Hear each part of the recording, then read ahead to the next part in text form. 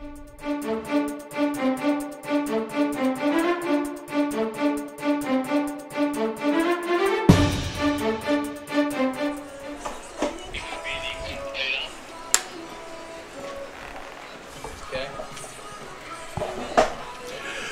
evening, everyone. It's May in Indiana.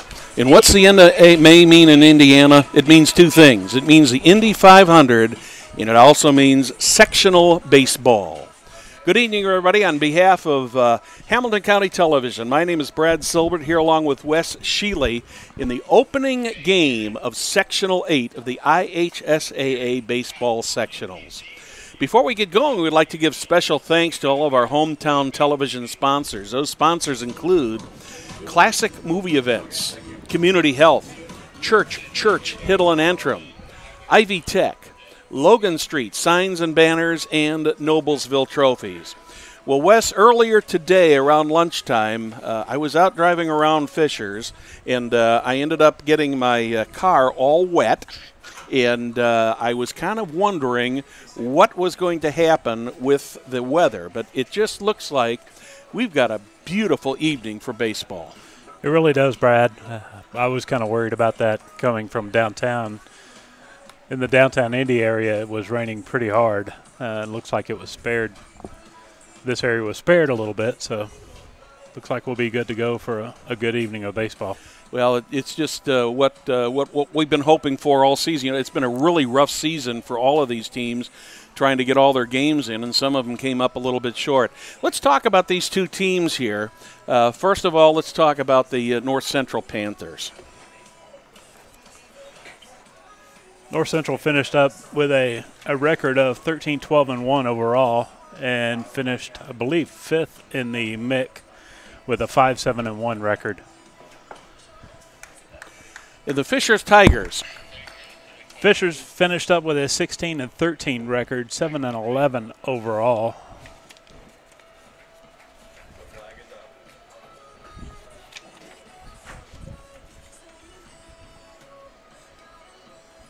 Well, coming into the tournament, Wes, I think one of the things that I had noticed the other day is that Fishers really finished on a high note in their last regular season game, defeating the Zionsville Eagles, who looked like they were cruising toward the Hoosier Crossroad Conference Championship. And the Tigers came out and just solidly beat them in the final game of the season. And that the net effect of that is the Zionsville Eagles are now co-champions of the HCC along with the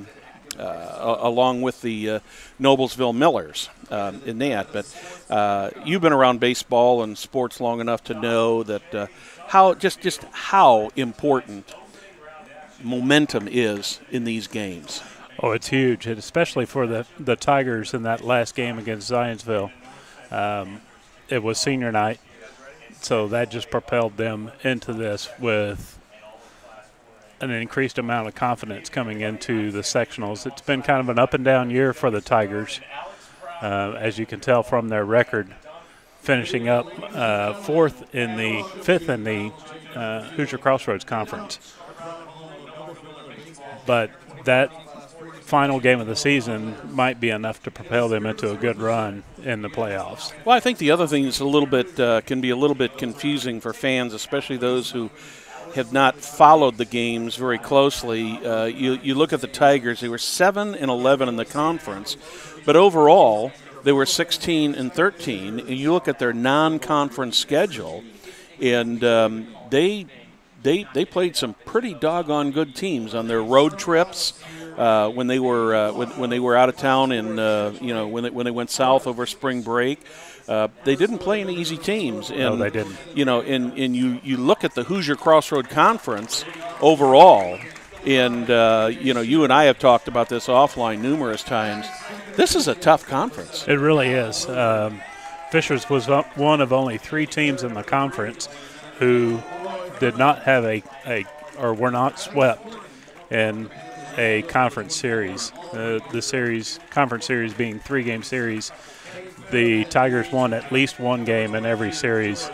The only other 2 teams that accomplished that feat were Noblesville and Zionsville, sitting at the top of the conference. You even looking at the bottom at Brownsburg, they were 3-15 in the conference, overall 9-18 in the season.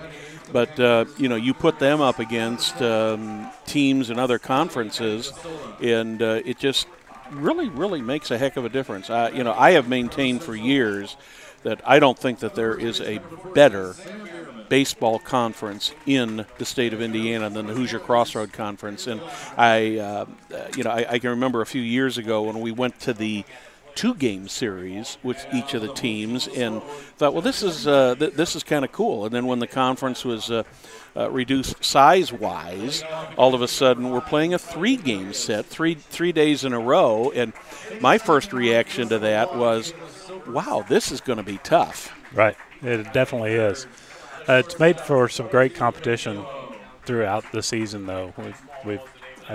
I personally enjoy that 3-game series. Yeah, I think the 3-game series is wonderful, but what it does do is, when you have a weaker team in the conference in a particular year, like Avon and Brownsburg were, it's tough on them because trying to play 3 days in a row, or in some of the cases we ended up with 1 day, a day off, and maybe a doubleheader. But trying to get 3 games in over a period of 3 or 4 days can be a little rough, and it can be a little taxing in your pitching and in that. So it looks like for the Tigers tonight, we're going to see Cameron Boyd on the mound. Tell us a little bit about Cameron. Cam's a senior pitcher. Has a good fastball, nice curveball. Has a really good breaking ball. Usually pitches from out in front on the count. We're going to pause just a moment here for our national anthem.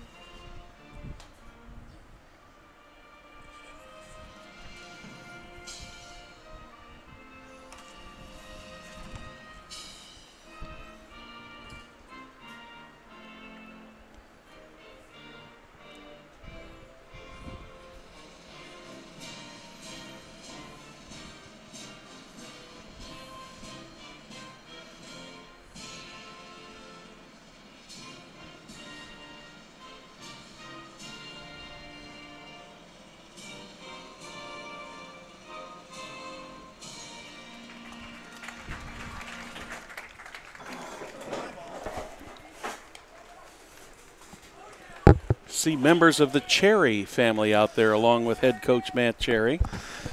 They're ever present. It's nice to see that it's a family event for them. The Tigers will be the home team tonight against the North Central Panthers, and in just a few moments we'll get this game underway here. Game number 1 for us tonight. We will have a second game later this evening. That will feature the Hamilton Southeastern Royals and the Westfield Shamrocks, a conference rematch. So that ought to be a good ball game today also. So Wes, what's your feeling on this one? You got a prediction, or what are the feelings in your mind about this game? Well, not knowing that much about North Central, it's hard to tell what you're going to get. We don't know a lot about their pitching or their offensive numbers. Knowing how Cam pitches and the defensive support he has behind him, it's going to be tough to beat these Tigers. Yeah, I was reading the Noblesville rather the Hamilton County Reporter the other afternoon, reading Don Jellison's column. And taking a look at that and seeing what Don had to say as far as other predictions and everything for the games. And, of course, Don is a Noblesville man, and, you know, it's there's no secret his allegiance, but he basically said in that article, any of these teams could win this. Exactly. It's wide open in that. So yeah, you talk about how tough the Hoosier Crossroads Conference is. This sectional is it's tough in itself, and whoever comes out of this sectional has a very good shot at possibly going all the way in this tournament. Well, the first batter for the Panthers will be the second baseman, A.J. Shooter. He fouls the first pitch off.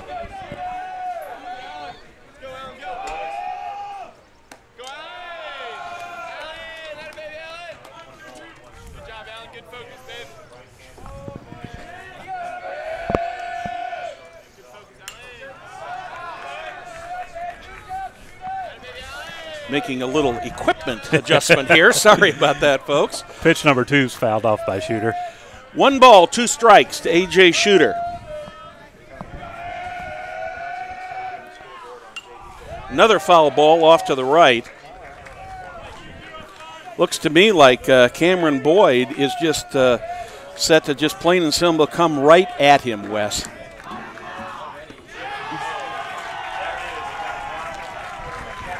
Good start for the Tigers. First out of the inning. Pitcher, number 7, Alan Lozer, steps in. Outfielders playing shaded just a little bit to the right for Lozer, the left-handed batter. Strike right over the outside corner. Nice fastball. It is nice. And that first pitch strike, that just sets the tone for the at-bat. Another strike. That one over the inside corner right at the knees, 0-2.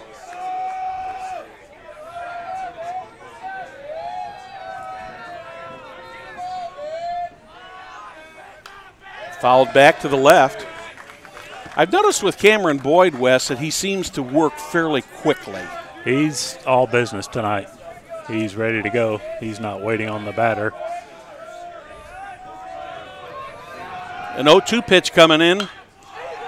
There's a ball is hit to left field. That one is going to be out in front of Trevor Newman. And the second the second hitter of the night for the Panthers reaches on a base hit.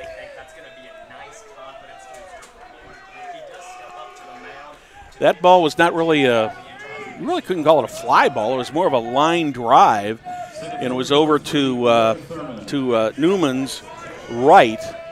If that had gotten past him, it certainly would have gone all the way to the screen. But as it is, it's a base hit for Lozier. Roy Thurman steps in, the center fielder, as Boyd throws over to Caleb Brachensky over there at first base.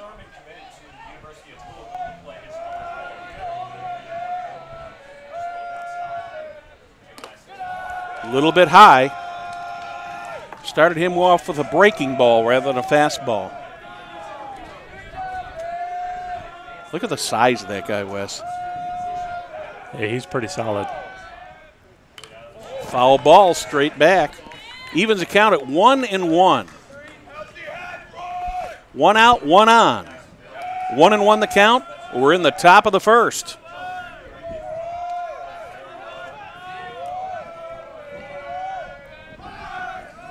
That one gets away, bounces in front of Tungate, but didn't get far enough away for Lozier to try to advance. Brendan Tungate does a good job there, doesn't he? He really does. He's a good defensive catcher. Another throw over to first. Lozier's kind of stretching out that lead a little bit. Yeah, he's getting about at least about a 4-step lead there. Timeout called by the batter. He's definitely got Boyd's attention.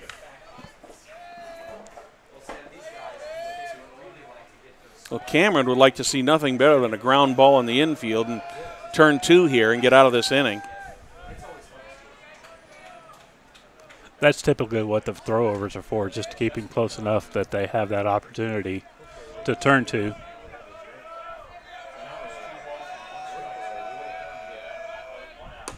That was a little, whoa, boy, I thought that was going to be, whoa. I was going to call that inside as a ball, but that was called a strike. Must have caught just a corner of the plate. We've got the count as 3-1, but I'm not sure if that's right or not. Now it's going to be 3-2 for sure. No doubt about that.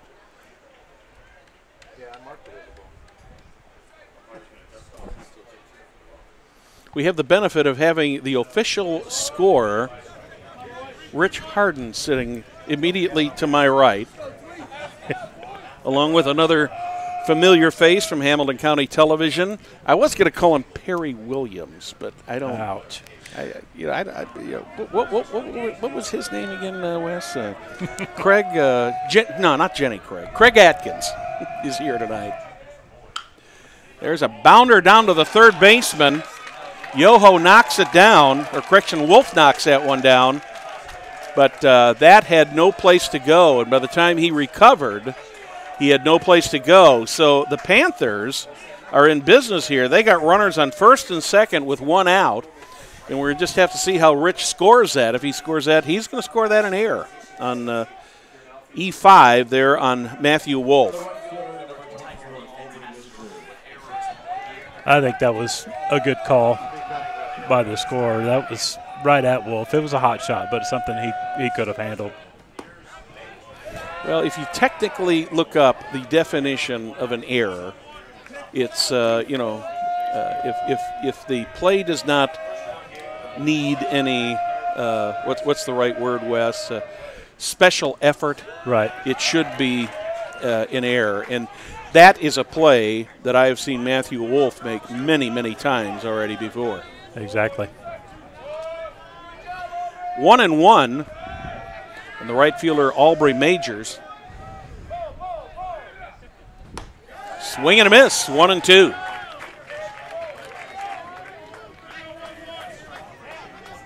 Majors has got some size to him too. They got a lot of height and a lot of strength on this on Phil McIntyre's team. That one comes in a little bit low and outside. Nice job there by Tungate.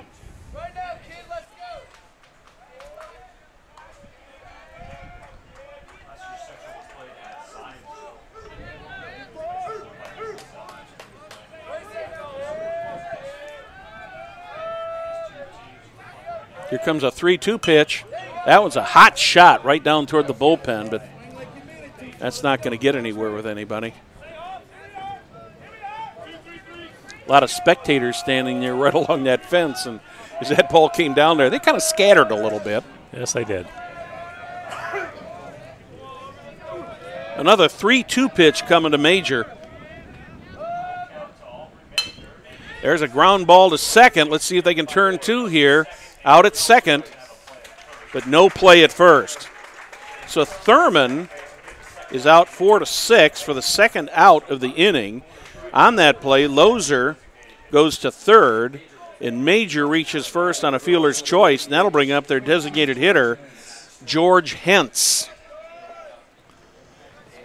I'll be interested to see how Boyd starts him off here, Wes, if he's going to start him with a breaking ball or a fastball, because his fastball has been very effective on the first pitch.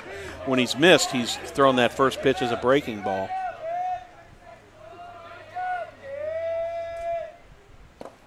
Fastball just a little bit low and inside. Even the runner's on base, he's ready to go, isn't he? Yes, he is.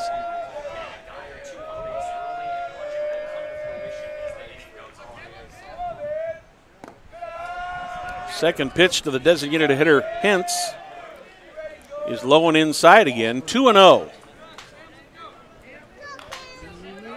I'm impressed with the speed that North Central's showing so far on a routine ground ball to second. That was pretty close play. Yes, it was. And that ball was hit fairly, fairly hard, so I thought they might have a chance for a double play on that, but Major beat it out at first. In fact, there was no throw to first. 3-0. There's strike one. Hence was taken all the way on that one. 3 balls, 1 strike. 2 outs, 2 on. We're in the top of the first, no score.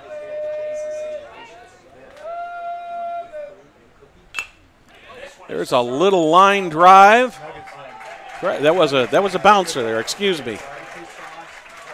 That was a high chopper. Yeah, I couldn't. At first, it looked like it was a line drive. But so the Tigers do get out of the inning without any damage in the top of the first for the Panthers. There were no runs. It was 1 hit, 1 error, 2 left on the bases. So that'll leave us with a score of 0-0. And due up for the Tigers in the bottom of the first are Brendan Tungate, Taylor Soper, and Craig Yoho. Wes, let's just talk about this offense of Matt Cherry's here, the first 3 batters. Tell me a little bit about each of these guys. Well, the batting order's kind of he's gone through some changes just in the past few weeks toward the end of the season. It's pretty rare to see a catcher leading off. Yes, it is. But Tungate does have the speed for a leadoff hitter. He's hitting the ball pretty solidly. Taylor Soper can hit for power. He's hit several doubles this year. Makes good contact to move that leadoff around. And then Craig Yoho, sophomore phenom. He is actually he's the real deal. He's leading the team in batting average. So the Tigers are looking for something good to happen with this top 3. Well, you look at this Tiger lineup top to bottom, Wes, and according to what I see, they have got 3 seniors on this team. The rest is sophomores and juniors and a couple of freshmen scattered in here. And this is a team that probably next year and the year after is going to be an excellent contending team because they're bringing back a lot of talent in the next couple of years. Exactly. They've got several guys who have already verbally committed to D1 programs. So the future looks bright for the Tigers. Yeah, because I noticed that Cameron Boyd, Elliot Gilmore, and who's the other senior there, Mike Folta, are the 3 seniors. So basically, it looks like as far as position players, for the most part, the position players are going to be solid going into next season. Exactly. Well, here comes Brendan Tungate stepping up to the plate. The Tigers as a team are batting at .245.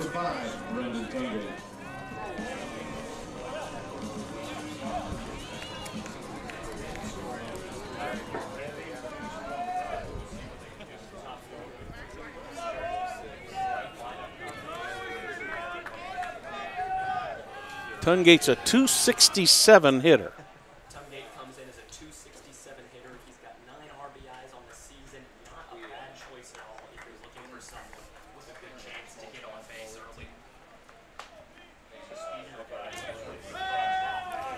Okay, we're ready to start the bottom of the first. Alan Lozer on the mound. His first pitch to Tungate, fastball outside. 1-0. Wind is blowing almost straight out to left center field right now. Humidity has come down, I would say, considerably from what it was even an hour and a half ago when I got here, Wes. It was felt a lot steamier here an hour and a half ago. It's much more comfortable now. Outside. 2-1 on the junior catcher, Brendan Tungate.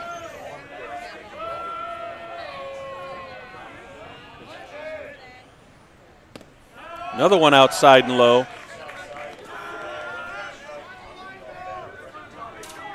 Is Tungate the type of batter that the coaching staff, if he sees something good, will they let him go for it, or do you think he'll be taken here all the way? Well, with 3-1, he's looking for a pitch to hit. And he got it. And Looks like he's going to get the first base hit of the game. Makes you look like a wizard.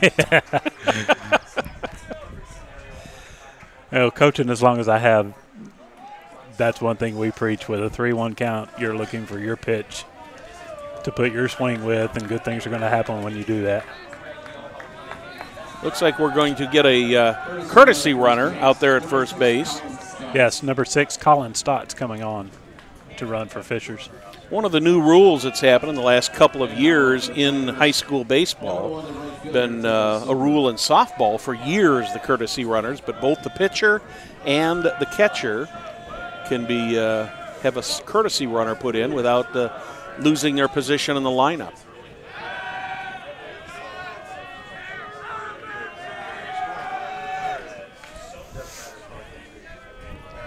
How aggressively will Matt Cherry play this here? Will he be looking to move him along, looking for the possibility of steal? What do you think?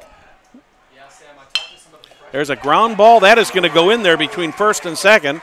Stott stops at second. That ball wasn't hit real hard, but the right fielder, Major, got there in plenty of time. And playing it safe there, third base coach just kind of put the stop sign up there. And both Tungate and Soper are now on with two hits. 22, Craig Yoho. This is just the guy you want to see coming up in this situation, exactly. Craig Yoho.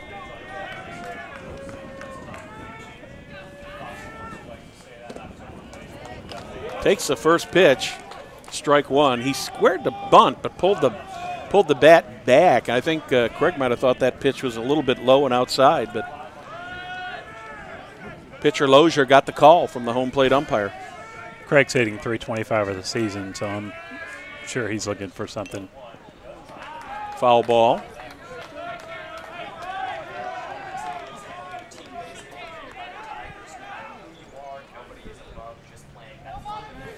Yeah, I think especially when it comes to sectional games, Wes, it is just so important to try to get that lead early. Exactly. And try to shut everybody else down.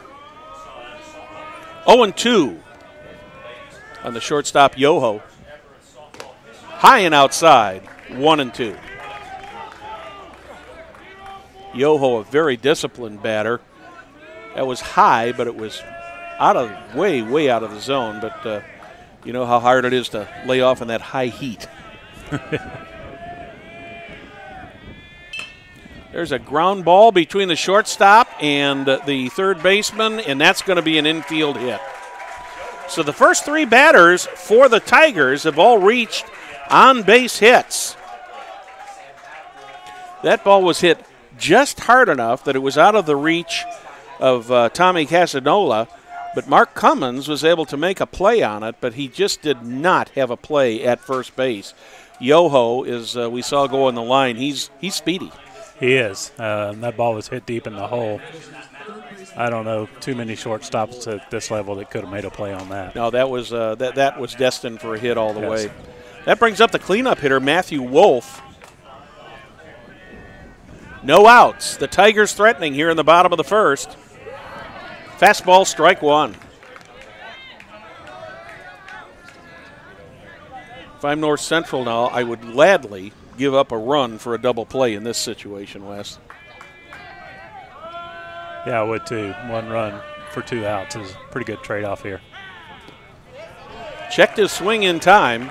The appeal, nope, did not go. Wolf's hitting .278 for the season, has 1 home run. So he has the power to do some damage here. Mark Maxwell is our home plate umpire. Steve Titus is out at first. And Aaron Utes over on the third base side. Big swing and a miss there by Wolf. He was aiming for State Road 32 on that one. Yes, he was. 1 ball, 2 strikes on Matthew Wolf.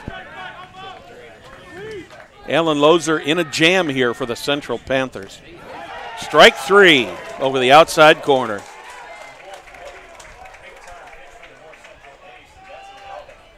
Excellent pitch there by Lozier. That was a very nice pitch. Second baseman Andy Bennett steps in.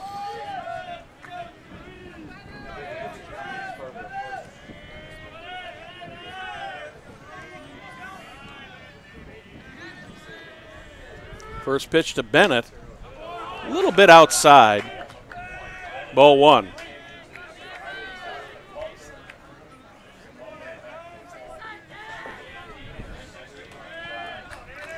Corners are drawn in for North Central, looking for the bunt. Evens the count at 1-1 on the swing and a miss.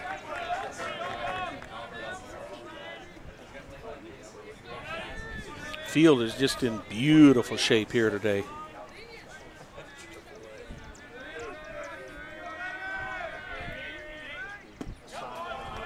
A little bit outside, 2 balls and a strike.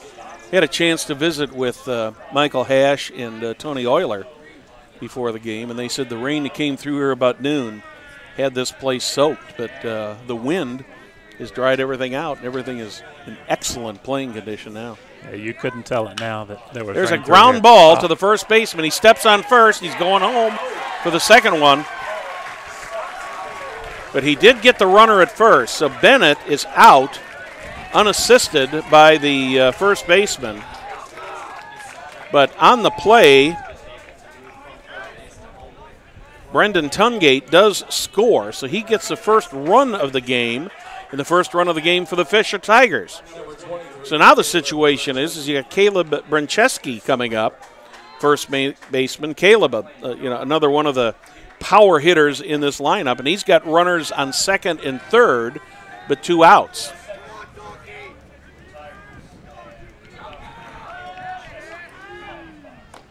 High and outside. Brancheski's a name that you're going to be hearing for quite a while. Of course, he still has good years ahead of him, but he also has 2 younger brothers who are very solid baseball players coming up through the program. It's amazing some of the families and Fishers in the Hamilton County area that, families that have put their kids through the systems, and you see younger brothers, older sisters, and a lot of them participating in the athletic programs. 2-0 on Brancheski. Lozier appears to be kind of nibbling around the plate with him, Wes. I wonder if he's thinking, well, I got first base open.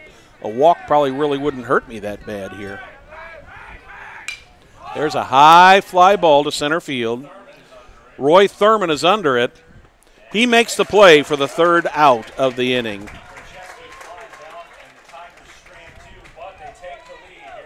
So in the bottom of the first for the Tigers, it was 1 run on 3 hits, no errors, 2 left on the bases. At the end of 1 now, it's Tigers 1, Panthers nothing.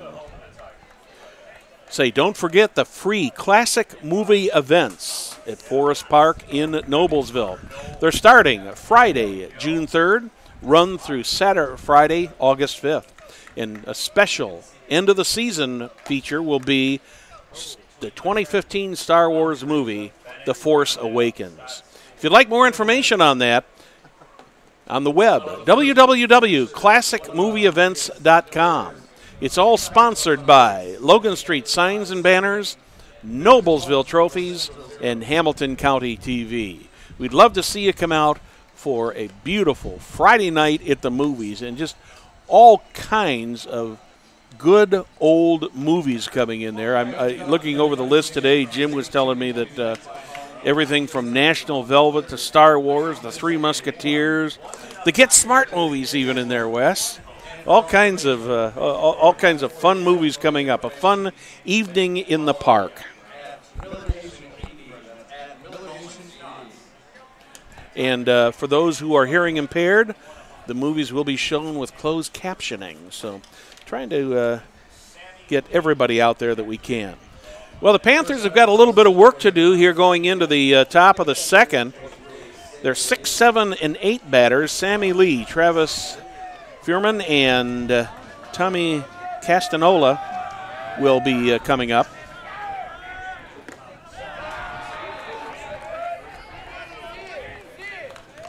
First pitch from Boyd is a strike.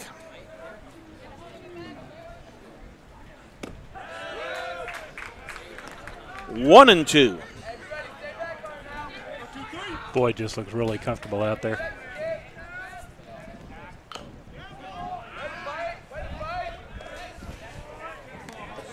Well, he did leave 2 runners on in the first inning, Wes, but there was not any damage done as far as runs, whereas the Tigers put the first 3 men on and did manage to score a run. Foul tip, still 0-2. It's just amazing for a pitcher at times, even though it's only a 1-run lead, how just it makes him so much more comfortable. It definitely does. That mindset changes. A little bit low. 1 ball, 2 strikes. Especially when you have the defense like he has behind him, which they showed in that first inning, being able to get out of that jam with a couple of nice plays. Mm-hmm. Swing and a miss. First out of the inning, and that'll bring up the left fielder, Travis Fincham. I'd like to thank everybody who's joined us live here. Hey, we'd like to know where you are, where you're watching us. You can let us know where you're at on Twitter at hctelevision.com. We're also on Facebook at www.facebook.com/Hamilton County TV. Send us a tweet. Let us know where you're at. We'd love to find out where you're watching tonight. I know that I have some friends and family watching tonight in Colorado, up in the Rocky Mountains.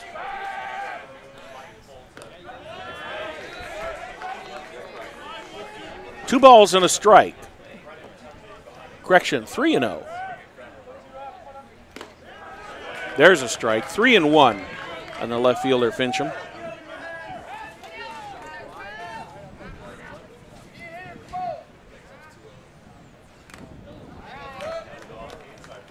Fall back, 3-2. It's funny, you were talking about families and brothers playing up through baseball. I've had the opportunity to coach a lot of good kids in baseball, and I coached Travis's brother 2 years ago. Mm-hmm. But Travis probably isn't real happy with himself swinging at that breaking ball there and getting the second out of the inning. His brother Ty actually did some damage in this matchup last year.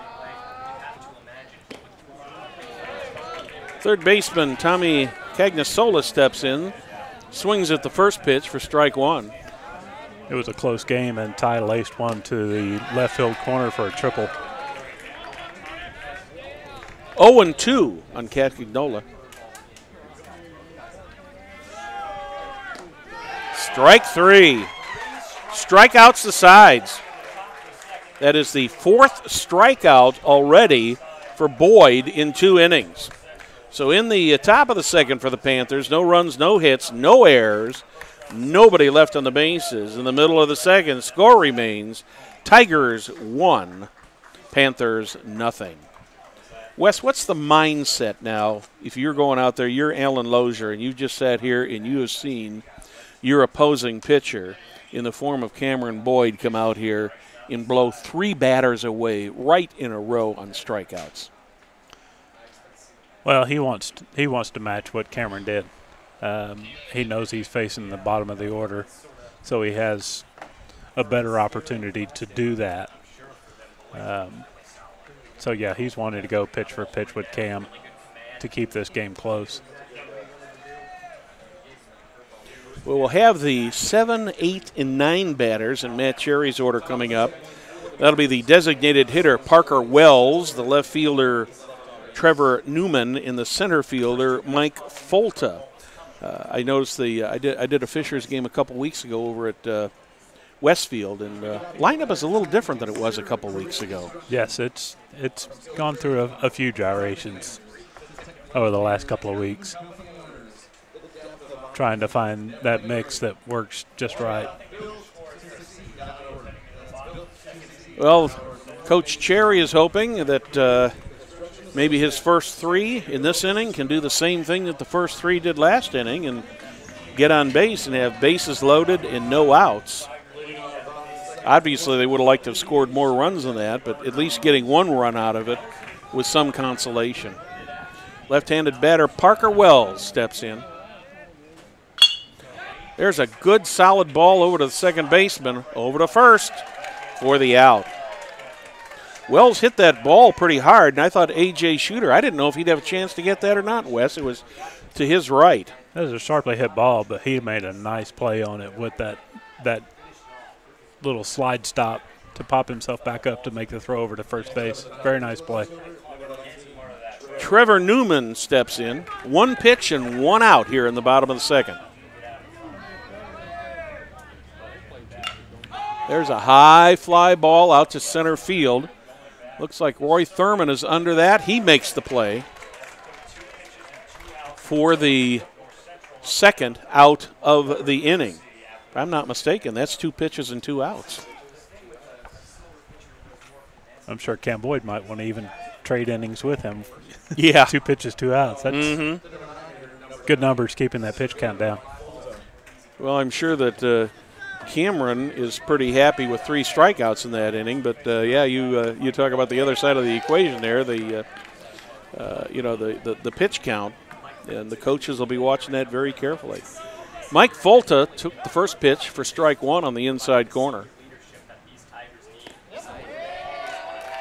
Breaking pitch just broke over the plate there. It looked like that thing was going to break outside, and it just didn't break quite as much as it was.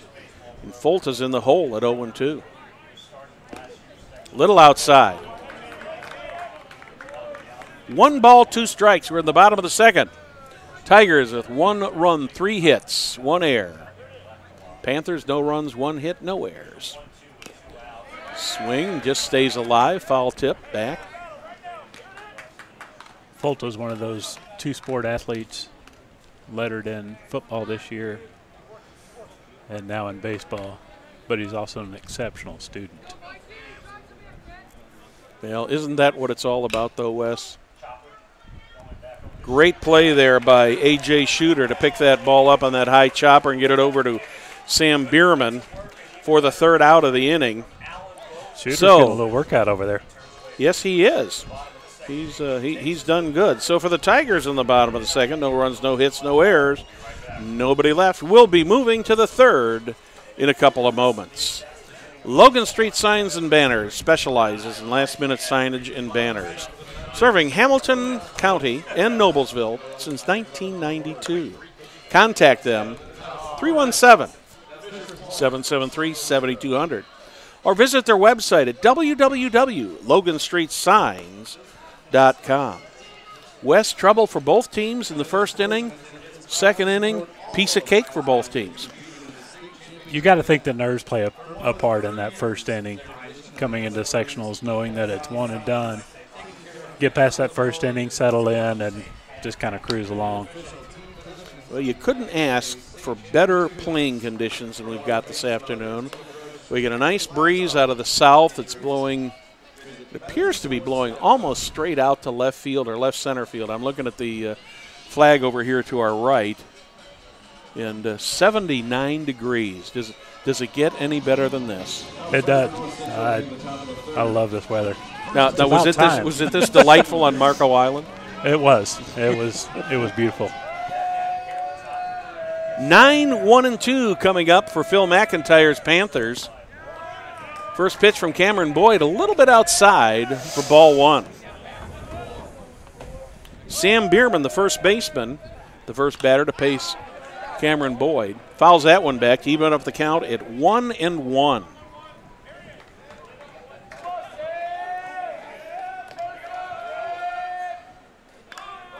Tries to bunt. That one goes foul.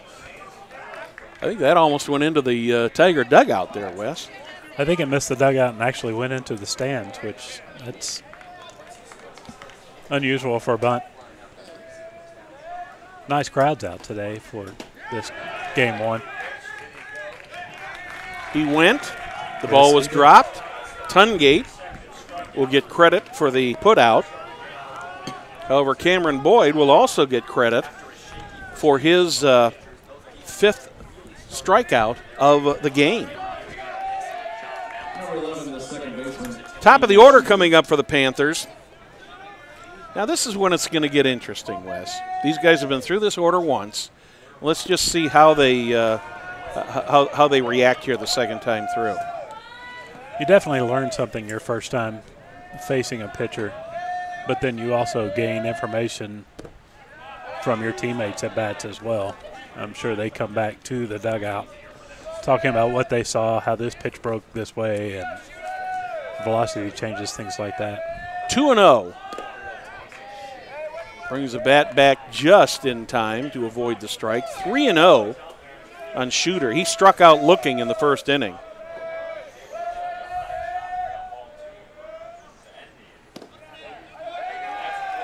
So Shooter is on with a walk. Pitcher Alan Lozer steps in.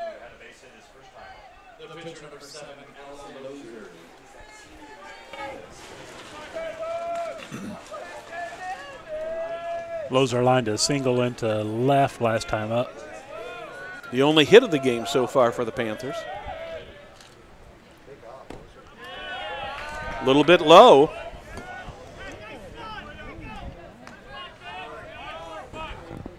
Boyd went right at Sam Bierman and got him to strike out, and then walked Shooter on 5 pitches. Now the count is evened up against Lozer at 1-1.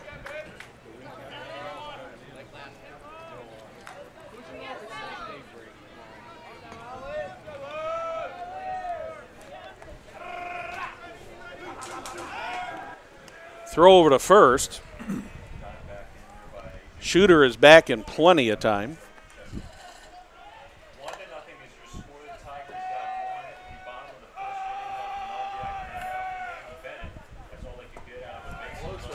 Right off the inside corner of the plate. 1-2 on Alan Lozer.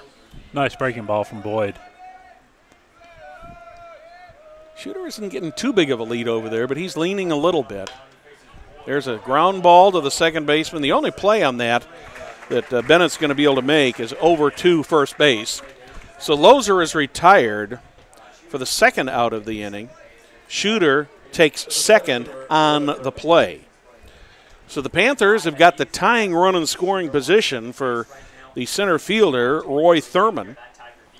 Thurman's already been pretty busy. He reached on an error in the first and had several catches out there in the outfield already.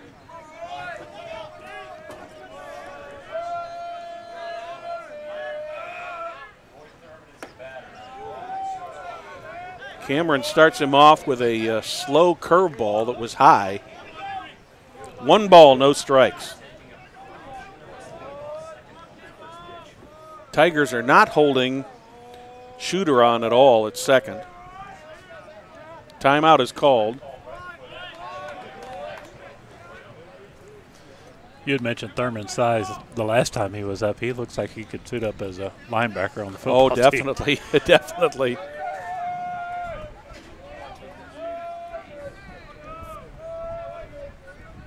One ball, no strikes on Thurman. Swing and a miss, evens the count at 1-1.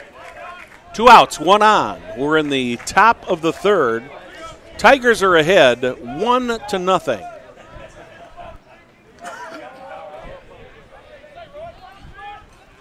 The 1-1 pitch coming from Boyd. There's a ground ball to the shortstop, Yoho. Routine play over to first for the out. So in the top of the third, no runs, no hits, no errors, 1 left on.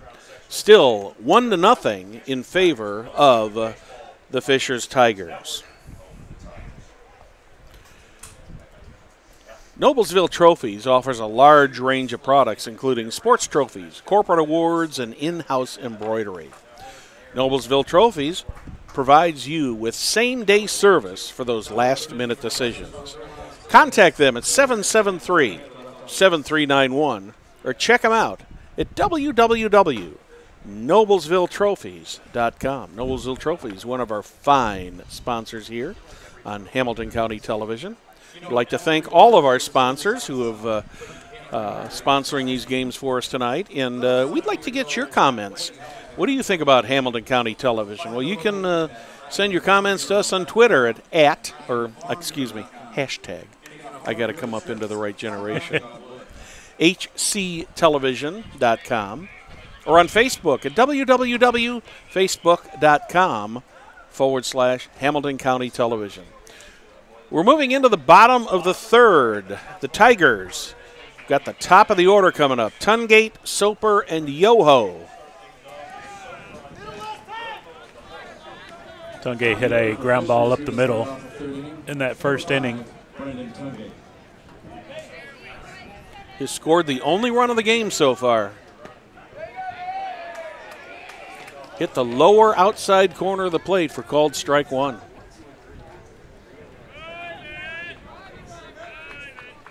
Tungate, one of the juniors on this team.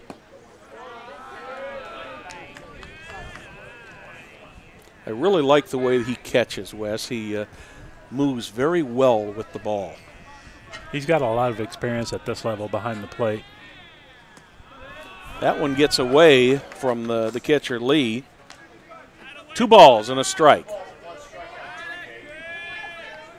He started the majority of the games last year as well. The 2-1 pitch. That one hits the outside corner just about belt high. Evens it up at 2-2 on Brendan Tungate.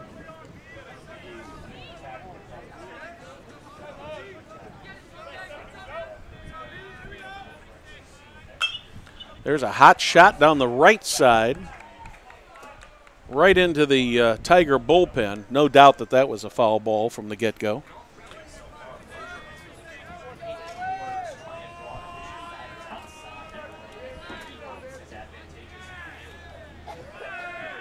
Two and two. There's a bouncer to the shortstop, Cummins. He scoops it up, gets it over to first in time. That was a great stretch there by Bierman. That was a nice play. Tungate's got the speed, but a good play by the shortstop. I thought he might beat that out, and it looks like Coach Cherry is going out there probably to ask if he may have been pulled off the bag. Exactly. He's asking the first base umpire to talk to the home plate umpire to see if he had a better look at it. It was pretty close. And it's confirmed. Yeah, from our vantage point, I thought it was the right call. It looked like the right call to me. That was one of the things I was looking at very carefully, is not only looking when the ball got there, but where Behrman's foot was when he caught it. Taylor Soper steps in. He also had a base hit in the first inning. There's one just foul.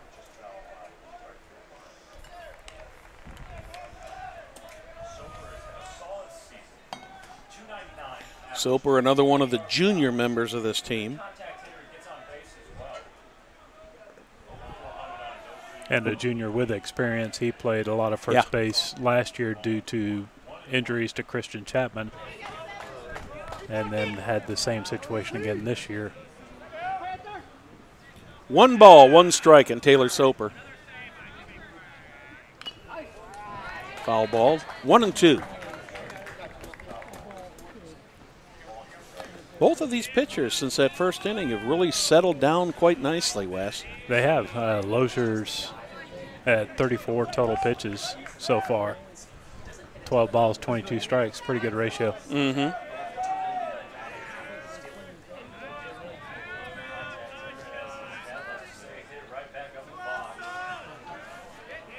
The 1-2 pitch. There's a little dribbler over to the third baseman, Cascasola. He gets it over there and in time. And once again on that play, Wes, first baseman Behrman, it looked to me like he did manage to keep his foot on the bag, but that was close again, too, because he really had a stretch for that. He had to use all of his, 6'3" frame? Yeah, he sure did. Both of those plays. Yeah, if he was 5'10" like you and I are, he probably might not have made that play. Craig Yoho steps in. Little high for ball one. 2 outs in the bottom of the third. The Tigers ahead 1-0. First man up had a hit and scored for the Tigers. No scoring since that in the game. Little inside to Yoho. You know, as close as these kids stand to the plate, Wes, it's almost hard to tell what's an inside pitch anymore. It really is. They crowd that plate. Swing, foul ball. 2-1. Matthew Wolf is on deck.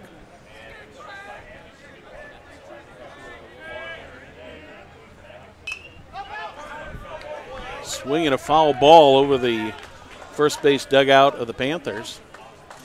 Nice sized crowd here for a weekday afternoon. Of course, North Central has already been out of school since last Friday. They had their graduation last night already. Here's the 2-2 pitch.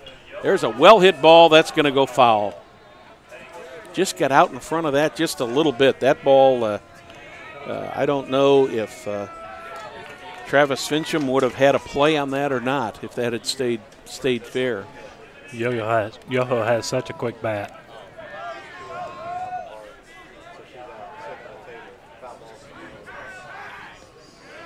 That one's in the dirt, works it to a full count. 3-2.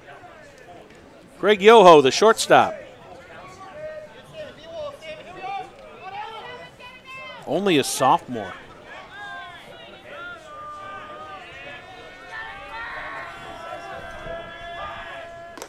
Swing and a miss. Strike three, and that ends the bottom of the third for the Tigers. In the inning, no runs, no hits, no errors. Nobody left on the bases. Through three, Tigers with 1 run, 3 hits, 1 error. North Central Panthers, no runs, 1 hit, no errors. Wes, we're almost halfway there in this game. What's your thought to this point? It's definitely a pitching duel. Once the guys settle down from that first inning, Boyd's hitting at 51 pitches total with 14 balls, 37 strikes. And Lozier finished up the third with 42 total pitches and about that same ratio. So both pitchers pitching well. I guess I'm obviously not counting the pitches, but after that first inning, I would have thought that maybe Lozier would have had more pitches. But I think the thing that happened in that first inning is the Tigers came up there, first 3 batters came up there very aggressively. Yes. And got hits early in the count. And I think before Lozier had probably thrown 7 or 8 pitches, he already had the bases loaded. Coach Terry is very adamant in teaching his players to be aggressive at the plate, jumping on that first pitch fastball. So many pitchers are trying to go over that first pitch strike, and they tend to try to groove a fastball through there, and he's got his guys jumping all over it. Right fielder Aubrey Majors steps in. He reached on a fielder's choice. That one's hit right back to Yoho. Over to first. In time. What a play. What a play, Wes. I mentioned his fast hands with his bat speed. They're even faster at shortstop. The kid is just unbelievable over there. Well, you had a combination there of Majors for a big kid. He was hustling down that line. Motoring down the line. Yoho knocked that down, and I was sitting there looking at that and thinking he might beat this out, but Yoho managed to recover and make what was a fantastic play. George Hentz is a designated hitter. 1 ball, 1 strike on Hentz. There's a little soft liner caught by Andy Bennett. Andy Bennett had just enough real estate to get to that one. He did. That ball was tailing away from him pretty good. And he played it about as perfect as you can, I guess. Sammy Lee, the catcher, steps in. struck out swinging in the second inning. There's a high fly ball. That's going to fall in between Mike Folta and Taylor Soper. And Sammy Lee is going to reach with a stand-up double. When he made contact with that ball, that thing skied so high, Wes, I lost track of it there for a second. Coming on to pinch run is number 20, Jacob Snyder. Coming on to run for the catcher. Now batting for the Panthers, left fielder Travis Fincham. So the Panthers with a 2-out opportunity here to try to tie this game up. Left fielder Travis Fincham steps in. Strikeout victim in the second inning. Takes the first pitch a little bit low. Boyd had just really been cruising along through the last inning and a half, 2 innings, and all of a sudden Lee hits him for that double. 2-0 on Fincham.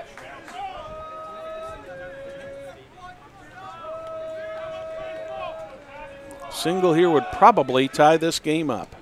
That one gets away, a pass ball. That's unusual for Brendan Tungate. The games I've seen him play, Wes, he's usually moving with that ball much better. I don't know if he got crossed up on what the pitch was, expecting something else, maybe expecting something way inside and got it outside. I think that's what it was. He was expecting it inside, and it just got away from Cam Boyd. 3-0 on Sammy Lee. That's a called strike. Correction, that's Travis Fincham in there. Sammy Lee had the double, and Jacob Snyder is the courtesy runner for him, who's now on third. There's a pop-up back behind the third base side. 3 balls, 2 strikes, 2 outs. The tying run is on third for the Panthers. Travis Fincham trying to bring it in.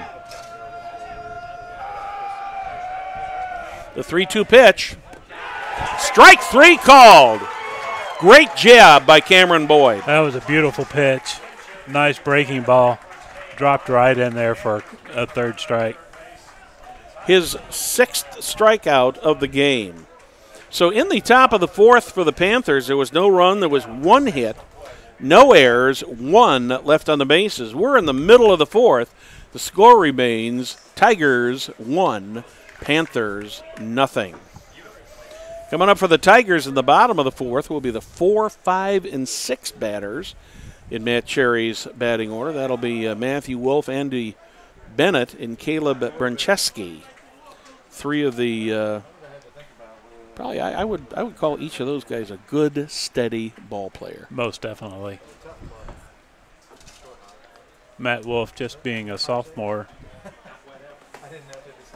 is one of those all-around players who you can put just about anywhere on the field. He's played the outfield and left and right this year, as well as patrolling third base for Coach Cherry. And then Andy Bennett and Caleb Brancheski, those two. Andy is a verbal Butler commit, and Caleb Brancheski has verbally committed to Purdue. So 2 of those D1 players that Coach Cherry has in his stable. Both good baseball programs at Butler and Purdue. Exactly. Of course, Coach Eric Osborne, graduate of Purdue. Yes. Played ball up there for 4 years. Matthew Wolf steps in the bottom of the 4th. Takes the first pitch, swings at it, fouls it off straight back. Just barely got under that.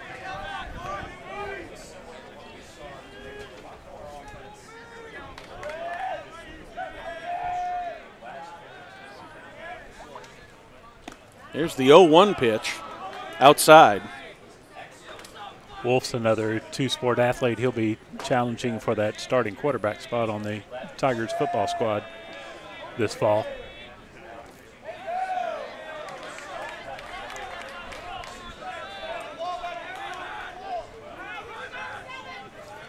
Ball and 2 strikes on Matthew Wolf.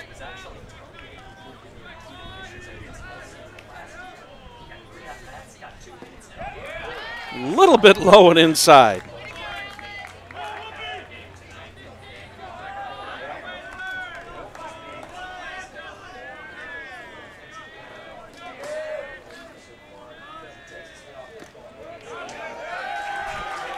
Well, that's calling what? Take one for the team, Wes? That is. Fortunately, that one didn't look like it.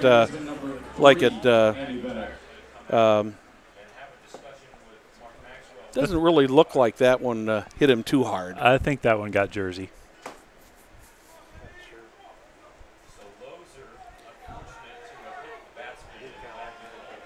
So the Tigers have got the first runner on base. Andy Bennett steps in. Was out on a beautiful play by the first baseman Bierman in the first inning. That play that Bierman made in the first inning, Wes, probably the difference between a one-run inning and a 3 or 4 run inning. Exactly. Ball 1. Bennett squaring to bunt there. Coach Cherry tried to play a little small ball here to push a run across.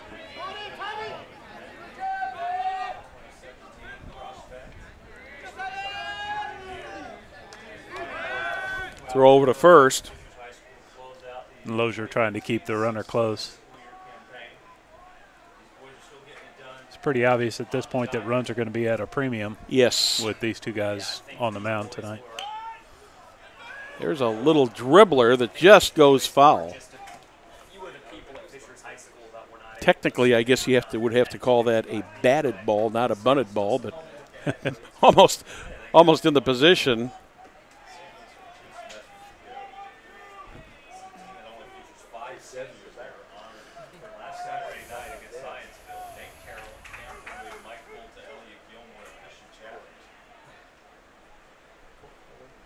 One and one. Big number 3 on the back of his bright red Tigers jersey. Goes to bunt again. This one goes foul.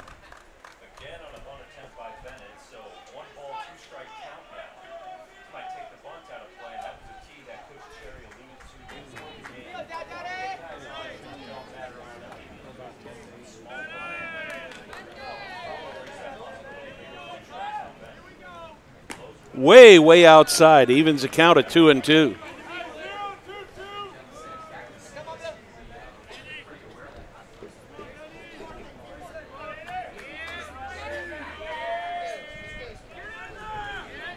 The 2-2 pitch from Lozier. Swing and a miss. Bennett made a mistake on that one, didn't he, Wes? He chased that outside pitch. He's probably regretting that all the way back to the dugout. That'll bring up Caleb Brencheski. 1 out, 1 on. 3rd strikeout of the game for Lozier. Lozier throws over to first. Wolf was not going anywhere. Brencheski flew out to center last time up. Thurman made the catch out there.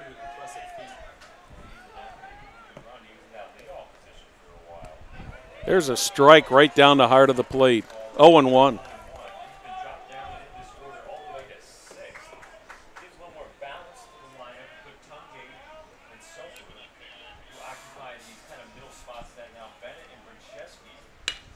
That one is probably going to fall in there. Oh, no. Thurman had a nice jump on that one. Yeah, he had a good jump on that. I thought that was going to bounce in front of him, but Thurman got a good jump on that for the 2nd out of the inning. He had him played perfectly. He sure did, Wes. Got a nice jump on the ball.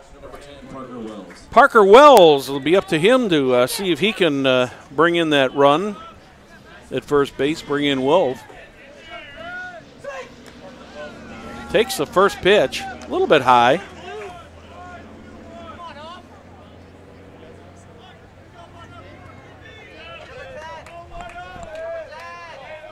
The 1-0 pitch to Wells. Swings and fouls it straight back.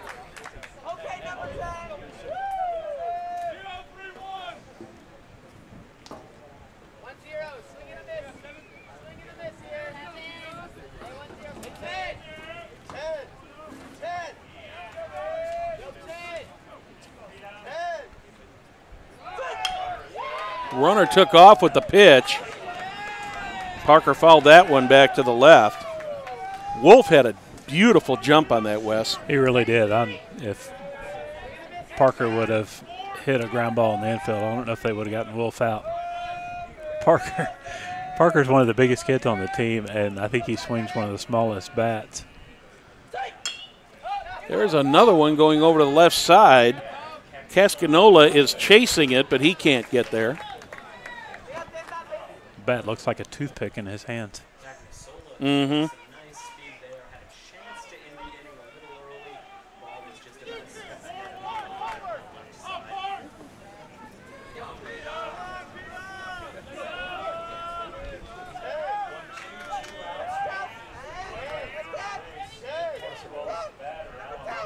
One ball, 2 strikes. There's a ground ball between the shortstop and the second baseman. Nobody's going to get to that in time. You got to give Mark Cummins an A for effort on that, Wes, but it was probably ill-advised for him to even throw that ball because it was hit so deep. So right. Parker Wells reaches on an infield hit. First hit of the inning. That was very similar to the hit that Yoho had in the first inning where he hit it deep to the shortstop, and there was just no play on it. Mm-hmm.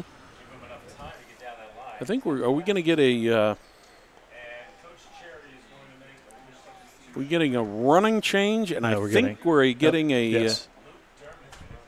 Looks like we're going to maybe get a batter change too, because Evan Patrick is out there. Number 7, Luke Dermott, is pinch running for Wells.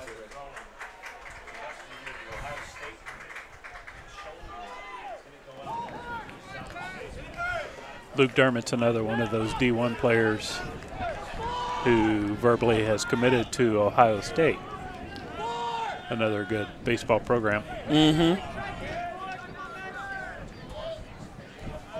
Evan Patrick steps in.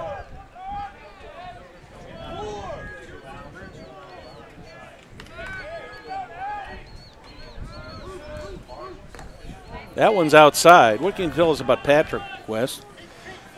Evan's been kind of a utility player. He's played some third base this year. Just hasn't had a lot of opportunities with Brent Chesky playing over there quite a bit so far.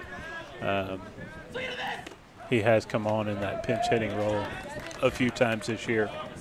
Takes a second pitch for strike one, evens the count at 1-1. 2 outs. We're in the bottom of the fourth. The Tigers threatening here with runners on first and second.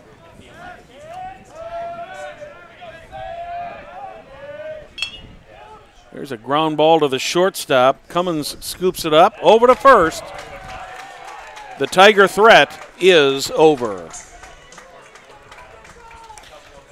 So in the bottom of the fourth for the Tigers, it was no runs. There was 1 hit. No errors, 2 left on the bases. End of 4, still Tigers 1, Panthers nothing. Community Health is Central Indiana's leader in providing health care services where and when patients need them. With any questions you have, contact Community Health at 317-355-7775 or check out their website, www.ecommunity.com. Wes, we're just over halfway through this game. Pitchers, where do we stand with these pitchers?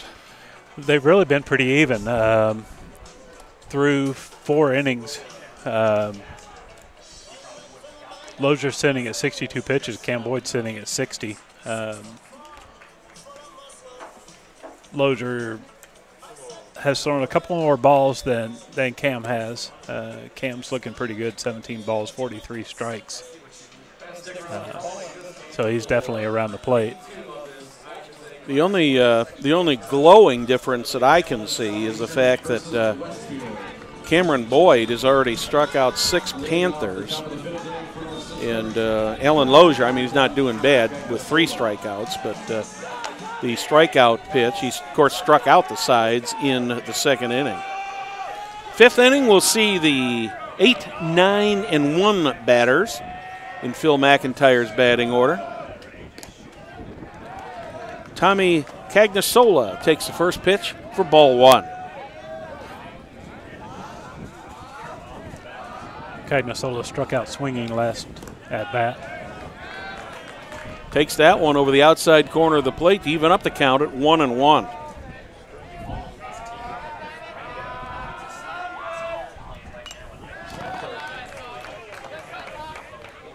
According to my book here, Wes, the bottom 4 in the batting order for the Panthers have accounted for 5 of the 6 strikeouts that Boyd has got so far.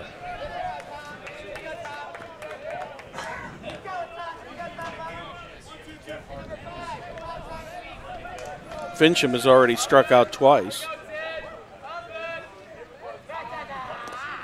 That one's a little bit low. That's going to even the count at 2-2.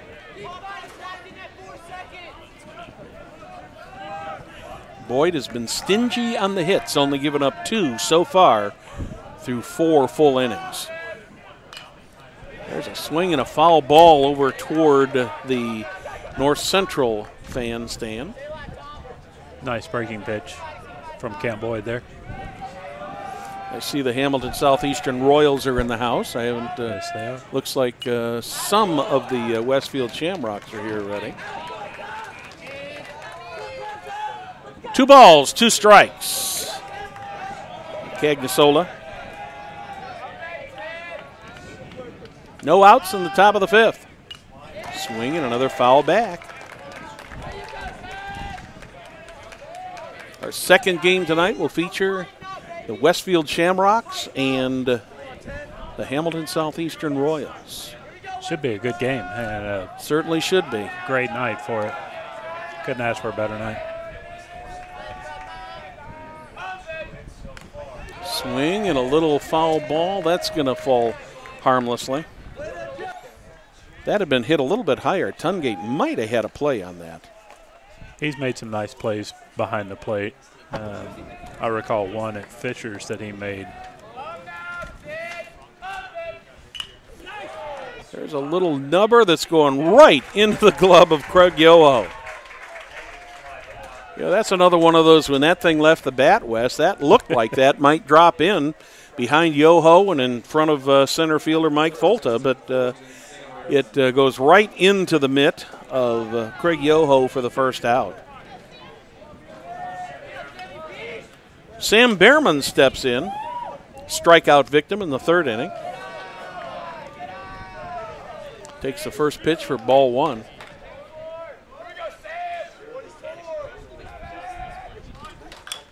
There's a high pop-up. Who's going to call that? It looks like the center fielder, Mike Folta, called everybody off. And the way the wind was blowing out, I think initially Andy Bennett thought he might have a play on it, but I think the wind carried that a lot farther. I think he did, and Mike Folta did a good job out there of directing the traffic and calling him off. Good communications between both of the fielders and the second baseman, Bennett. A.J. Shooter steps in, grounds the ball over to Andy Bennett, scoops it up, over to Brancheski at first base for the out, and the Panthers go 3 up, 3 down again in the top of the 5th. So, in the middle of the 5th, the score remains Tigers, 1 run, 1 hit, 1 error. Panthers, no runs, 2 hits, no errors. Wes, this is just turning into a fantastic pitcher's duel. It really is. That was an 11-pitch inning for Cam Boyd. You can't ask for much more than that at this stage of the game. But, you know, we don't know.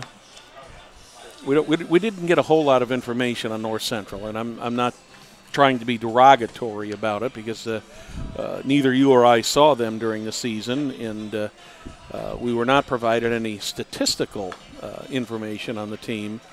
But this Tiger team, even though it's a 1-0 game here, from what I've seen of these Tigers, they could just erupt and blow this thing right out of the box here. They really could. They've always held close in games, and then they'll have that big inning that'll put them on top. That's kind of what I'm wondering isn't coming up here in the bottom of the fifth, that it could be, it could be their inning from the standpoint of being able to, shall we say, maybe not put it totally out of reach, but at least get it, somewhat out of reach here. Well, you got the bottom of the order coming up, and Mike Folta is definitely not something to sneeze at as far as the bottom of the order batter. And then right back to the top. So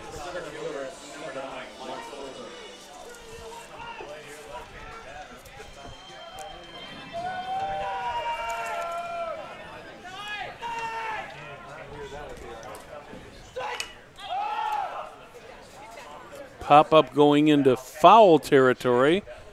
Nobody will get to that one. Tigers have got a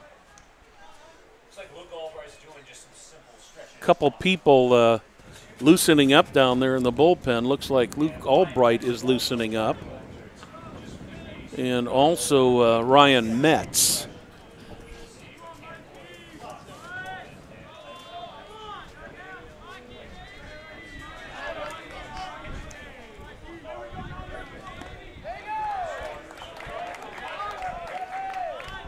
And 2 on Folta. Grounded to the second baseman Shooter to end the second inning. Little outside. 1 ball, 2 strikes. And the center fielder Folta.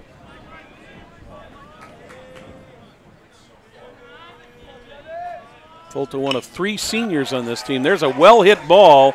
That one just almost made it through the gap there. Almost. Folta leads off the inning with a base hit. Thurman does a nice job out there tracking down the ball. He played that pretty well. When that left the bat, I didn't think anybody was going to get to it. I didn't think it was hit high enough. And I was just wondering if, since it was hit on a line, if it possibly might end up possibly getting all the way out to the fence there for extra bases. But as it turns out, Mike Folta is on base with the first hit of the inning and the 5th hit of the game for the Tigers.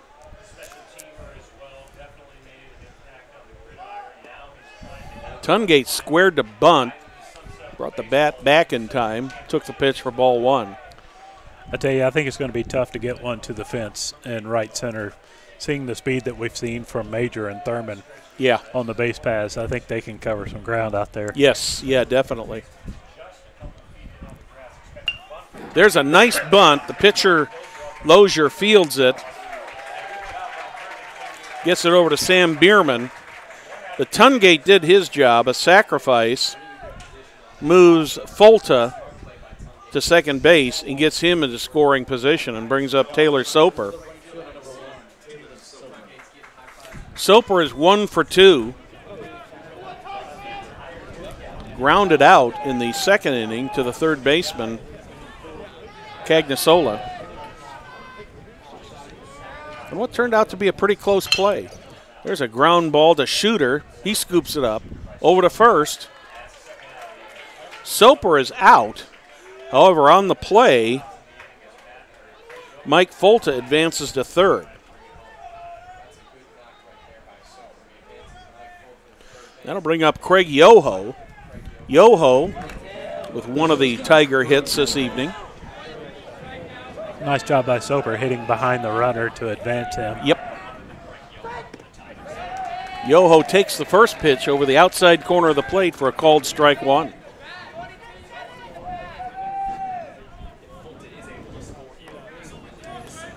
I think this this run here at this point, Wes, is really, really important for the Tigers. Most definitely. 1 ball, 1 strike on Craig Yoho.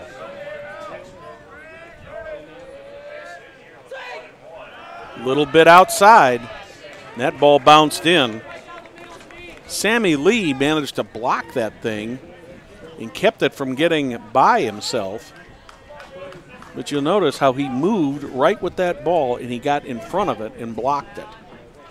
Very nice job behind the plate. Yes. Got his body turned enough to keep it in front of him. 2 balls, 2 strikes. It appears that most everything that Lozier has been pitching to Lee, Lee has been asking for it on the outside corner. Almost everything exclusively outside. Not too much stuff on the inside. There's a fly ball going out to center field. Roy Thurman is under it. He brings it in for the 3rd out of the inning. So in the bottom of the 5th for the Tigers, there's no runs, 1 hit, no errors, 1 left on the bases. We are through 5. It is a 1-run game in favor of the Tigers. Say for personal injury claims to complex business litigations to divorce cases, Church, Hiddle, and Antrim protects the rights of individuals, businesses, schools, and government bodies all over Indiana, including Noblesville, Fishers, Merrillville, and Tipton. Contact the Noblesville office at 317-773-5320 or visit their website at www.cchalaw.com. Church, Hiddle, and Antrim. 5 innings are in the books, Wes. It's a 1-0 game. Great game so far. Again, I hate to keep harping on it being a pitcher's duel, but these guys are just going at each other. What's the pitch count now? We're at 71 for Cam Boyd, and I think we're at 72. Couldn't get much closer, could we?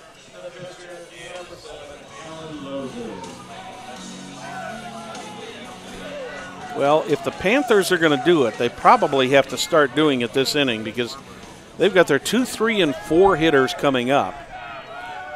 The Tigers have got a couple pitchers loosening in the bullpen, probably not really with any intention of, at this point, of removing Boyd, but no activity whatsoever in the Panther dugout, so, or rather in the Panther bullpen. You've got a couple of starting pitchers warming up for Fishers, who I'm sure Coach looking Jerry, at potential games for Monday, but also just to be ready in case Boyd gets into trouble here. There's a little ball that's called foul. Must have hit the plate. I didn't see where that hit, but I was watching it go down the line because I thought that's going to stay fair. I think it might have hit the batter. Okay, yeah, I'm hearing from Rich Harden that it looked like it hit his foot. And Rich is the official scorekeeper. So that is official, right?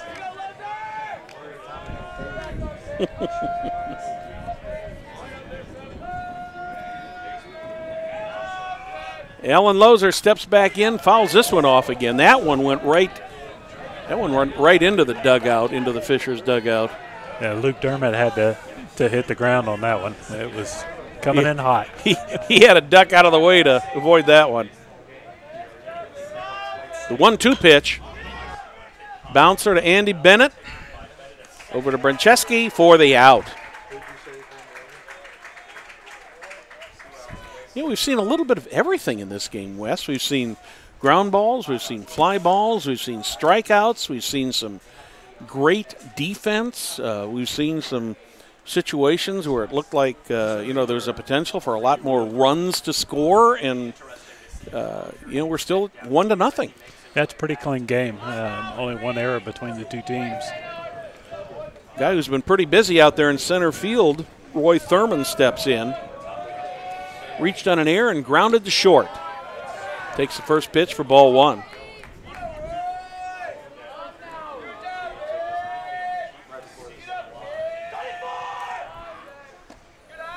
A little bit low. 2 balls, no strikes.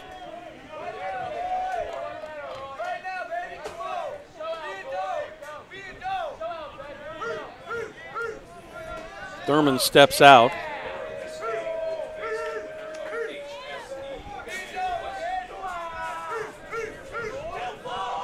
The 2-0 pitch from Boyd. That's high up into the air. That could be trouble, but it looks like the center fielder Folta is there. He makes the play for the second out of the inning. Again, Folta taking charge out there in center field, calling off the infielders coming back. He got a good jump on that ball, too, and I think the wind, again, may have carried that a little farther out to him because that wind is pretty strong right now. I'm thinking we're at probably 10 to 15 miles an hour out of the southwest. He's playing probably a good 15 steps off to the left of the second base bag. Mm-hmm. Huge gap out there in left center field right center field for the left-handed batting Aubrey Majors. That one's a little bit low. Majors, the right fielder.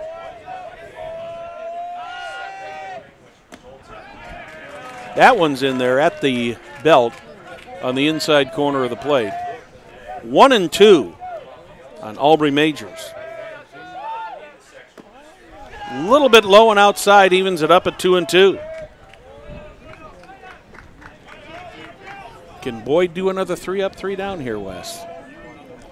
I'm sure that's what Coach Cherry's hoping for. Well, if he does, it'll be the 4th time in the game tonight. 4 out of the 6 innings. Faced 5 in the first, 4 in the 4th. Those are the only innings he's gone more than 3 batters. Great performance by Cameron Boyd. Ball 4. So Majors reaches.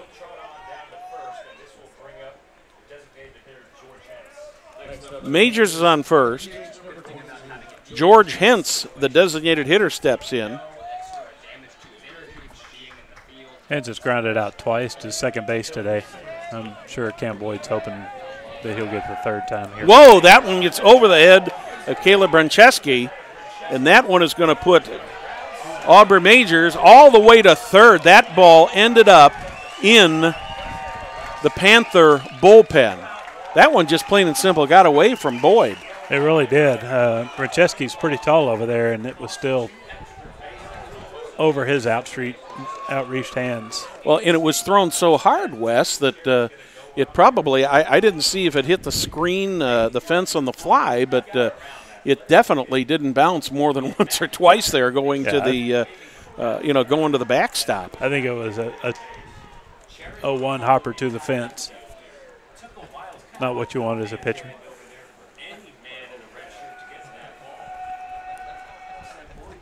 And it got out there so quick that it took so long for Fishers to get to it. Mm-hmm. Major with his speed. There was no question he was going to 3rd when he rounded second base. Yeah, and and Boyd, I mean, he threw that like he was throwing a pitch. Or I mean, he threw that ball over there with the intent of picking off Majors. Yes. He thought he was going to get him, and it just got away from him and just sailed. And Aubrey Majors represents the tying run with 2 outs here in the top of the 6th inning. I think Coach Cherry made a good move going out there just to calm his team down. That one hits Hentz in the helmet. You could hear that all the way up here. That's the 2nd hit batsman in the game. I believe the 1st for Cameron Boyd. It looks like we're probably going to get a pinch runner here.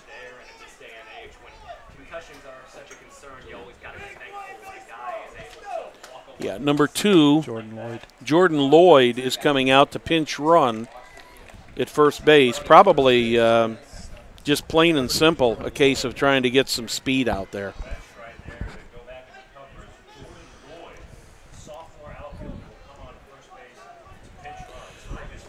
So here's the situation for the Panthers. There's 2 outs. They've got the tying run in the lead run on 3rd and 1st. And it looks like Matt Cherry is going to make a pitching change here. And just when we thought that that Cameron Boyd was just absolutely sailing along in high gear, things kind of fell apart for him a little bit. A walk and then an errant throw over to first. And that sets up a situation here where Matt Cherry decided he is going to make a pitching change here, and he's going to bring in Luke Albright. Luke is, he's a sophomore. He's a sophomore, yes. He's a heck of a pitcher. Yes, he's got a 4-1 record on the year, typically a starter, with a 2.06 ERA. Again, he throws a good hard fastball, has a nice changeup and a good curve. He's got nice movement on that curveball. This Tiger team is so young, and again, the future is just so bright for them. These players continue to develop.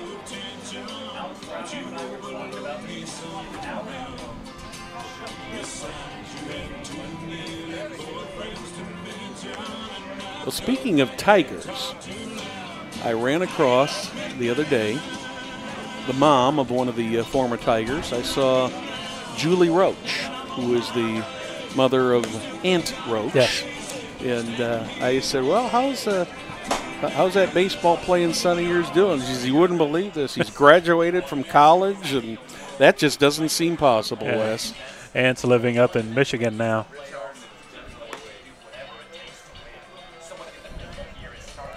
Aunt's a pretty good friend of the family's. Doing well up there. Good for himself. him. Brendan Tungate goes out to just have a last word with Luke Albright here. There are 2 outs in the inning. So I've got to believe that Dermott, that his marching orders from Coach Cherry were get the batter. Just do what you got to do to get the batter. You know, we've had good defense today. If he hits the ball, we'll make the play. But just concentrate on the batter. And Lee, he had a double his last time up.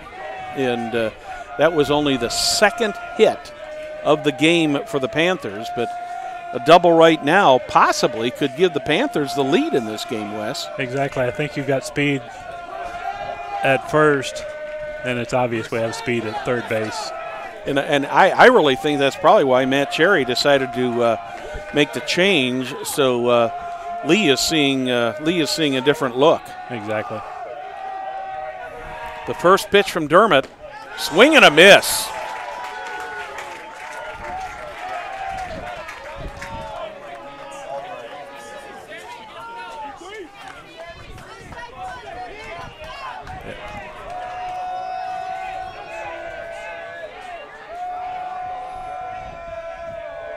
Oh and 1. Foul ball, 0-2. My apologies to Luke Albright. I think I called him Luke Dermott by mistake. I'm sorry. Albright's number 8 and Dermott's number 7. Both have same first name. So 0-2. He got him. What a play. What a break for the Tigers, Wes. That was very well executed. That's a design play on a 1st and 3rd situation where the runner breaks early. His job is to get caught up in a rundown so that the runner from 3rd can score on the timing play. If he scores before he's tagged out, then that run counts and we got a tie ball game. He kept running through. The throw was to the second baseman, right at the runner. He made the easy tag out of the inning. Well, what you've got to do on that play, Wes, you've got to give Luke Albright a lot of credit on that play, because had he thrown that ball immediately, the chances are that the runner would have been caught in the rundown, that being Hentz, and it's entirely possible that run from 3rd would have scored. But the way he the way he timed that, I mean, he timed it to get that ball to second base just in time to make the tag. That was a good heads-up play there. Yeah, I think he had an idea that he was going to be taken off, and he gave him that little extra time. And there was good communication from the Tiger defense behind him to let him know what was going on. But with Albright, you've got you've got a pitcher who is he's young, but he is very, very seasoned for his age. Yes, he is. Very, very mature. That's a tough play for him to make, and in that, and even if he doesn't make the play, the way he set the thing up, he still has that runner at third. And the most important thing for the Tigers is he never gave the Panthers a chance to get that runner on third in the form of Aubrey Majors down the line, because I kind of took a glance over there at Majors, and I think he saw what was going on, and he knew that there was no way that he could go as long as Albright held onto the ball. Well, we are moving to the bottom of the sixth now. The 4, 5, and 6 hitters for Matt Cherry are stepping in. The Tigers would like nothing more than to put a couple more on the board here before going to the top of the seventh. A defensive play like that in that situation can definitely spark a big inning offensively. There's a ground ball to the shortstop Cummins, over to first. Wolf is out. Nice play by Cummings to scoop that ball going to the middle. Well, you could see the only word I can think of was when Majors and Hentz were coming off the field, or in that case it was Lloyd coming off the field. You could see the disgust in their eyes. They thought they might have a chance to do something. High fly ball out to left field by Andy Bennett, easily played by Travis Fincham for the second out. I think that's the first action we've seen to the left fielder out there tonight. Everything else in the outfield has gone to center field so far. I think Cherry would like to see his guys be a little more patient at the plate at this point in the game. Try to drive that pitch count up. Swinging a foul tip by Brencheski.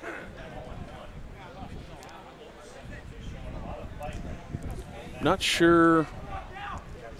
It went off the hand of off the hand of Sammy Lee, and the I heard it hit something. I couldn't tell for sure what it hit, but the coaching staff for the Panthers is out there. Looks like they're going to let him throw a couple just to make sure he's okay. He's kind of squeezing that thing just a little bit. Yeah, those sting a little bit. Yeah. Well, you've got 3 people right there around home plate. When that ball's coming in there at 90 miles an hour, it does some funny things. Yes, it does.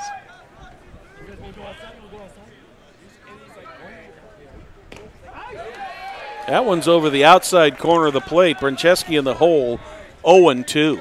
It's a big breaking ball from Lozier. That thing moved quite a bit. It started on the inside corner. There's one that's driven into the right or left center field gap. That's the only play of the night that Roy Thurman has not made, and he is injured. Fincham came over and took the play, and Brencheski is going to be on third with a stand-up triple.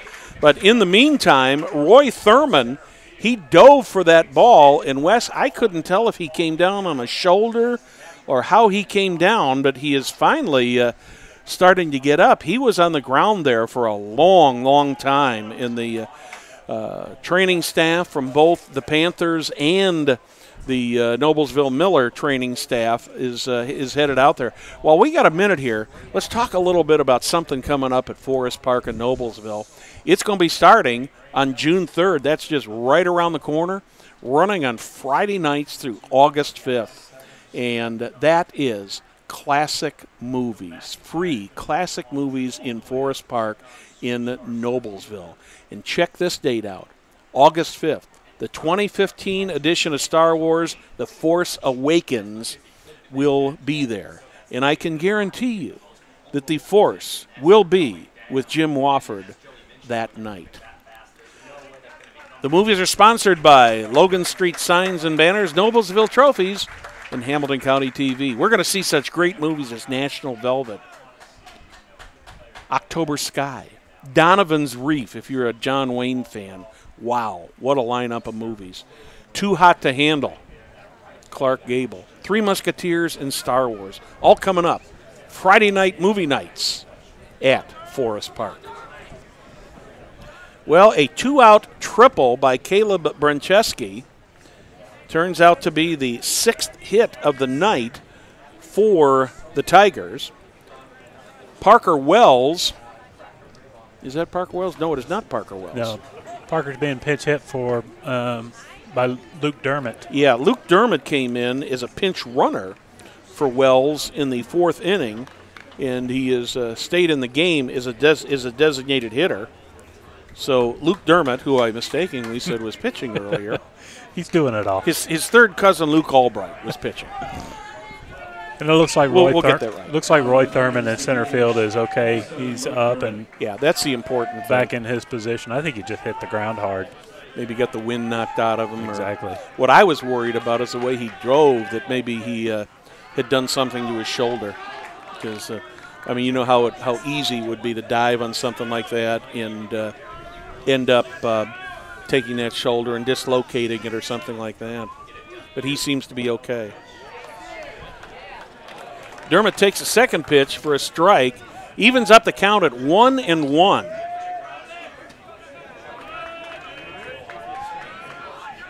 Tigers would love to bring this run in.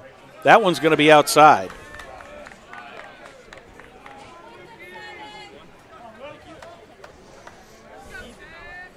I can't tell if Trevor Newman is on deck down there or not. It's kind of blocked from here from me. I think that is 19. Swing and a miss by Dermott.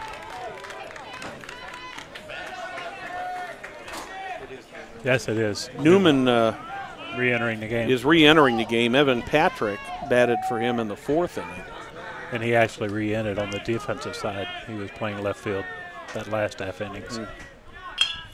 That's going to score the run. That's a timely hit by Luke Dermott. That is good. That is good hitting by Luke Dermott. You're exactly right, Wes. It's not very often that you can take a kid like that. Take Dermott, who is a sophomore or a junior, going to be back here again next year for his senior season for Matt Cherry, and that scores the 2nd run of the night for the Tigers. Gives them just.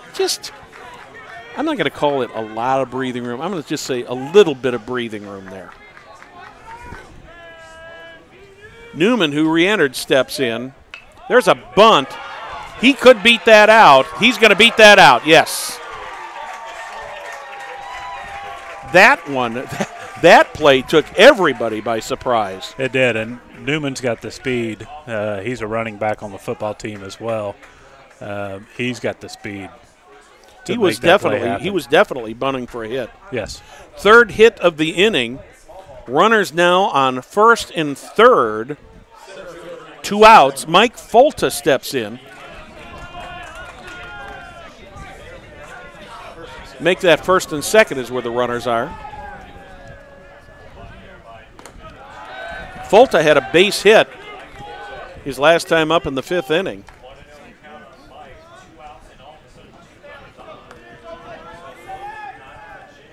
They're shading Folta just a little bit toward right field out there in center. But not playing real deep. Ground over to the first baseman who's covering. He gets it over to Alan Lozier for the 3rd out of the inning. But in the inning, Wes, a big run for the Tigers. 3 hits. No errors, 2 left on the bases. So now at the end of 6, the Tigers 2, Panthers nothing. Tigers are 3 outs away from advancing to a game on Monday. Ivy Tech prepares Indiana residents to learn, live, and work in a diverse and competitive environment. To answer any questions on enrolling or general information, visit their website, www.ivytech.edu, or give them a call, 317-921-4300. Wes, we have seen some great baseball in this game this afternoon. It has been a great game, and that's what you want this time of year, going into sectionals when it's one and done. You want good baseball.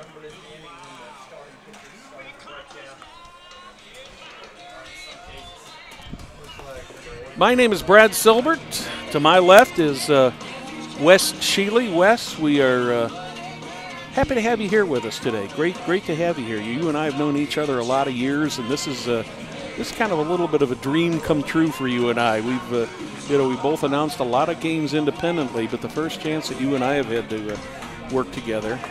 I think we got Will up there on the cameras. We got Jim running everything. Jim Wofford in the truck, as Jim always does. Yes, he does. He does. He does a great job. And don't forget, we've got another game coming up tonight. Immediately after this, about 25-30 minutes after this one ends, we'll be off for a short period of time. Then we'll come back and bring you the Hamilton Southeastern Royals and the Westfield Shamrocks. First pitch from Luke Albright is in there for a strike. The winner of this game will take on the winner of tonight's second game between the Royals and the Shamrocks. Matthew Anderson is the batter, pinch hitting for the catcher, Sammy Lee. He's already in the hole, 0-2. Strike three called. He just took 3 pitches and made history of him really quick, Wes.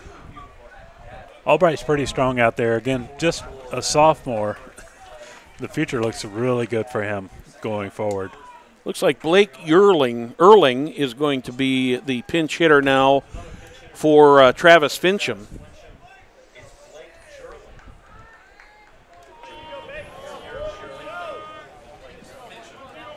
I'm surprised we don't see him on the basketball team as tall as he is.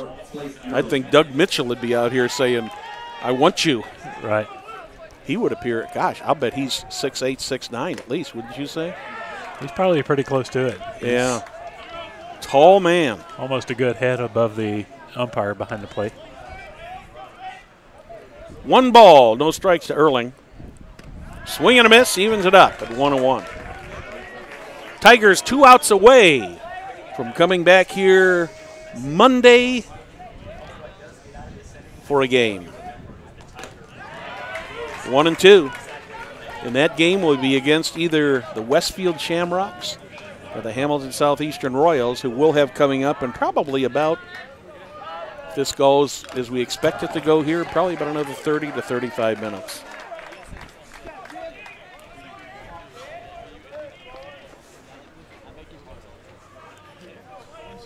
The winner of this game and the Hamilton Southeastern Westfield game will be on Monday morning at 10 a.m.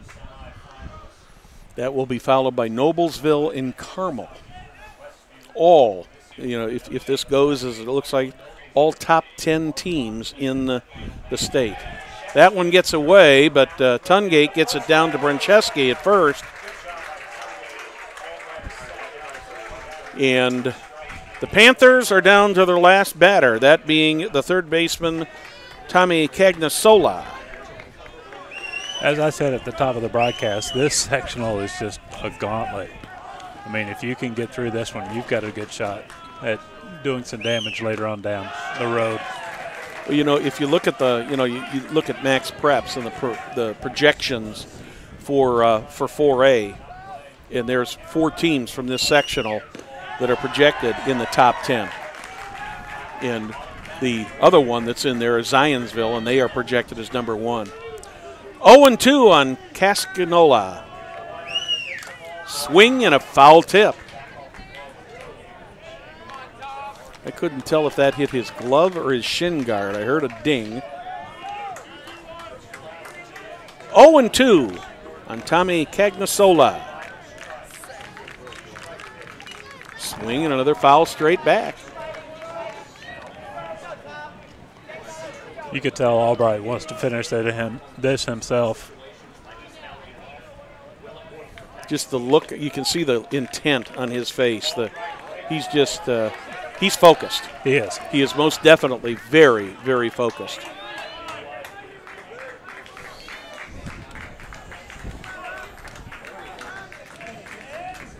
Still 0-2 on Cagnasola. Whoa. Wow. That was a little close. Albright wanted that one. I think that might have been just a shade low. It certainly looked like it was over the plate. Swing and a miss. Yeah. It's over. So Luke Albright did the same thing that Cameron Boyd did in the second inning. He strikes out the size in the seventh. So the final here, Wes, 2 runs, 7 hits, 2 errors for the Tigers. No runs, 2 hits, no errors for the North Central Panthers. So the Tigers will be moving on to play on Monday, and they will play the winner of tonight's second game between the Hamilton Southeastern Royals and the Westfield Shamrocks. Wes, your thoughts on this game? It was a great game. It's one of those that you hate to see either team lose, but somebody has to move on. The Tiger pitching just was too dominant today. Yeah, what the ironic part of this game is Alan Lozier will get credit in the law. He'll get the loss, but he'll also show a complete game. Exactly. He did pitch a good game. I mean, scattered 7 hits throughout the game, and in that, it really wasn't until the first inning and the 6th inning were the only innings there were multiple hits. There was three hits in both of those innings by the Tigers. But other than that, he had a couple 3-up, 3-down innings.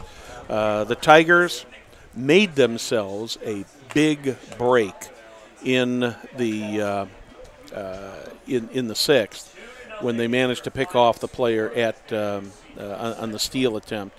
There, that is most definitely a big play.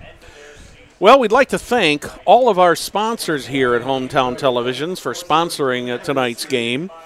That's Classic Movie Events, Community Health, Church, Hiddle and Antrim, Ivy Tech, Logan Street Signs and Banners, and Noblesville Trophies. And just want to mention one more time, the Classic Movie Events coming up at Forest Park. They're starting a week from tomorrow on Friday, June 3rd. They'll run through August 5th, every Friday night at sunset.